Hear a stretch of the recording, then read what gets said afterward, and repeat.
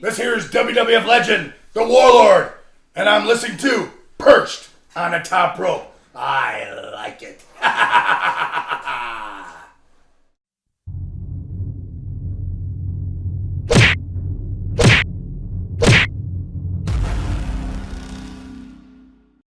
Welcome everyone to Perched on the Top Rope. This is Lee Walker here, and as you heard from that opener, I am here with WWF legend, the Warlord. Warlord, how you doing today? Very good, man. That is awesome. So when you came into WWF, you had previously worked in NWA with Jim Crockett Promotions. How was that experience like? Jim Crockett Promotions was great. NWA was very good wrestling. I mean, it was wrestling very, very good. Awesome. And how did it all happen for you to go and sign with WWF? It's a little bit of a story. Actually, my partner Barbarian got a call one night from Grizzly Adams, who was behind the scenes with WWF at that time. And they called us on a Thursday night, and Barb gave me a phone call at my house and said, Terry, listen, WWF would like us to come into Atlanta tomorrow. We lived in Charlotte at the time. We'd like you to come into Atlanta tomorrow, and we'd like to talk to you. So I said, okay, we're off tomorrow. Let's go. So we go ahead. We go to the airport next morning. We got tickets waiting for us, and fly to Atlanta. Get there. There's a limo waiting. Takes us to a really nice hotel right close to the airport. Gives us a key. Goes up to the room. Opens the room. Who's sitting there? Pat Patterson, who was a booker, Hulk Hogan, and Vince McMahon. Which, wow, this is amazing. You know, we sat down with them. They went through a whole spiel what they're looking at and that stuff, you know. And at that time, my partner, you know, he really didn't talk that much. And he just looks at me and goes, when would you like us to start? I'm like, Barb. I'm like, we got this thing coming up at the NWA, you know. And they go, we want you to start Monday. And this is a Friday. I'm like, Monday? I said, wow, that quick, you know, I mean, and I go, well, if Barb wants to do it, we do it, you know, I mean, fine, let's do it. All right, cool. It was an amazing feeling. And you were in the era of tag teams being at the height of their game, not only at the height of their game, but the size of their game. So when you got there, what was it like to be able to feud with the teams that you feuded with? You know, Demolition, who had at the time, they were middle of their tag team run, had the longest reign as tag team champions. So what was that like, you know, being involved with that feud, you know, both teams in face paint, both big, stocky men? Oh, Demolition was an awesome team. You know, we had already come off from NWA working with the Road Warriors a long time with them. Yeah. So we were used to working with big, rough guys.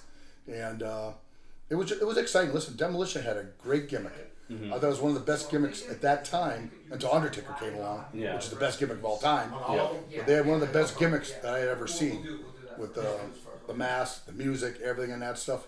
I mean, awesome. And they were a great tag team. They worked well together. They knew how to work together. And you know, they held the belts for the longest time of any WWF tag team ever. So Warlord, with all the tag team experience you had just come from NWA, just signed to WWF. What was it like to work with Demolition, knowing they're two big dudes and tag team champions? Demolition was an awesome tag team. I mean, they held the WWF title longer than any other tag team there was. And, you know, we had a lot of experience, of course, NWA working with the Road Warriors, having all those matches we had with those guys. So we definitely fit right into it, working with Demolition, and it was awesome. And speaking of that, in just a short time, you brought up the Road Warriors and Pat Patterson, which Animal just recently passed, and Pat Patterson just recently passed. Any fun stories with those guys? Listen, Joe was the one that started me in wrestling. He found me at his gym in Minnesota called The Gym. He actually helped me come up with the Warlord name, and he actually helped Barbarian and me come up with the Powers of Pain name also. It actually came up with that name after I did a move I did many, many times, and I guess just between Animal's size and my size, that my shoulder blade went into his eye socket. Oh, wow. And broke his eye socket. And so after that, he called us Powers of Pain. You know, it was a great name. Great name. And of course, Pat Patterson was just, he was a great booker. The guy, you know, he'd been in wrestling forever. And Pat was a very, very smart man when it came to this business. He knew how to do what he did. He did it very well. What was it like to go from the tag team to now you're in a singles run? You had like an attire change with the chest protector thing with the chains and the half mask, kind of like Phantom of the Opera, and you carried the scepter with the W. Whose idea was that? It was actually WWF's at that time. They came up, showed me a piece of paper with the figure they're looking at, and the outfit, and it was I thought it was a pretty cool outfit in that stuff because it's very futuristic looking. Yeah. And the outfit, I mean, it fit me good. I mean, it was had to be altered a lot because how big I was in that stuff. Yeah. But I like the outfit. I mean, I love tag team wrestling, but it's also really unique to do singles wrestling also. Yeah. And you got to, as your singles run in WWF, you actually got to feud with Hulk Hogan in 1991 for the WWF Championship. So what was all that like? It was a lot of fun. I mean, like I say, today they have all the glitz and glamours, they got all the lights and that stuff. Mm-hmm. Back then, you came through the audience, it was just a spotlight on you. And when you're sitting in the ring, you're looking down, it's just a spotlight. All you see is one head sticking above everybody else's coming down the aisle. And it's coming straight for you in that. And also it climbs to the ring, it walks around, it looks at you, it starts tearing the shirt up. Every single, camera in that place is going off. Yeah. At that time. And all you do is you sit there, everything kind of goes black for a second, you got goosebumps, everything else. I mean, it's a very unique thing, man. It's a lot of fun. I enjoyed it, and you're working with the man. He was the man. Yeah, awesome.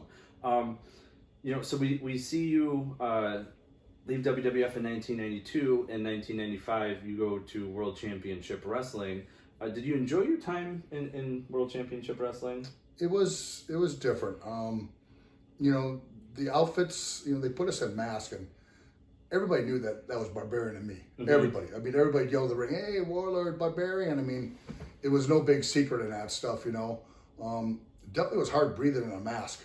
Yeah. Trying to do a match in a mask. It's not that much fun.